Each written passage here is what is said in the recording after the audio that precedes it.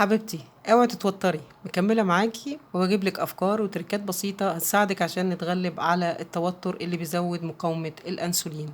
كل عام وانتم بخير متابعيني الكرام، والناس اللي بتشوف قناتي لاول مرة اشتركوا يا جماعة، هتلاقوا عندي كل ما هو مفيد.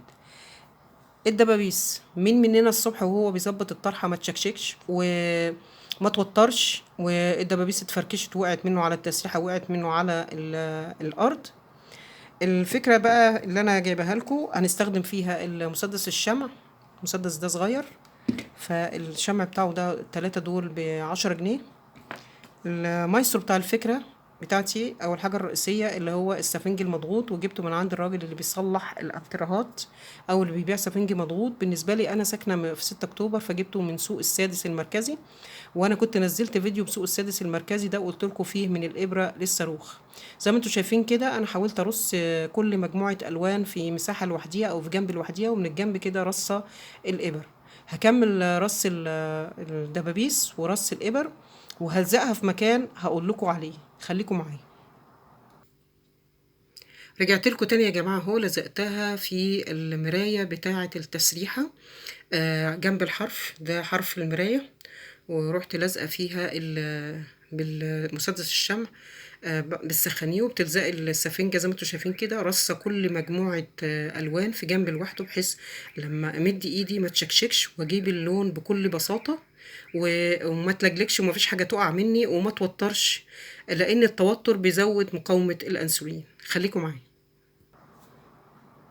ايه بقى يا جماعه مقاومه الانسولين اللي عماله كل فيديو اقول لكم هنتغلب بالفكره بتاعتي على التوتر اللي بيزود مقاومه الانسولين. مقاومه الانسولين يا جماعه الاعراض اللي انا هقول لكم عليها اللي هي الاعراض الفعليه اللي الناس بتلاقيها، لان ليها تعريف علمي ملناش دعوه بيه، مش ملناش دعوه بيه يعني، انا بكلمكم بكل بساطه يعني. العرض الكبير قوي او الشائع ان هو بتدخلي الحمام عشان الميه، وبتدخلي يعني كذا مره ورا بعض في يعني على فترات متقاربه جدا، وبتلاقي كميه الميه اللي بتنزل منك بتتفرغ من المثانه بتكون كميه قليله جدا، تكاد تكون 10 مللي مثلا، ولكن ورا بعض ورا بعض ورا بعض. هتلاحظي نفسك بتدخلي الصبح، الصبح وانت نازله الشغل، الناس اللي موظفين التوتر بيزيد لانك بتبقي عايزه تلحقي الباص او عايزه تلحقي تروحي شغلك في ميعاده. فانا نزلت كذا فكره، فكره الهدوم ودلوقتي فكره الدبابيس، عشان تتغلبي على موضوع التوتر اللي بيسيبك الصبح. التوتر بيزود يا جماعه مقاومه الانسولين. مقاومه الانسولين معناها ان انت على وشك اللي هو ما قبل الاصابه بالسكري او ما قبل الاصابه بمرض السكر.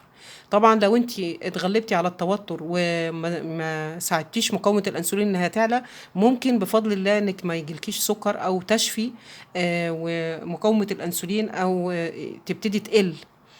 هتعرفيها ازاي؟ من هو التحليل الجلوكوز او اللي هو السكر التراكمي، السكر التراكمي او اللي هو الهيموجلوبين السكري. بتشوفي نفسك لو انت مثلا 6، ده ما قبل الإصابة بالسكري، لحد 6.5 ما قبل الإصابة بالسكري. لو 7 بقى بيبقى خلاص يعني خلاص داخلة في السكر. لو انت مثلا 6 أو 5.5، ممكن بانك لو قللت التوتر هتقللي مقاومة الأنسولين، هتلاقي الهيموجلوبين السكري بتاعك انخفض وبقى 5. لو حاولتي تتغلبي على التوتر اللي هو بيزود مقاومة الأنسولين. يا رب تكون الفكرة عجبتكم.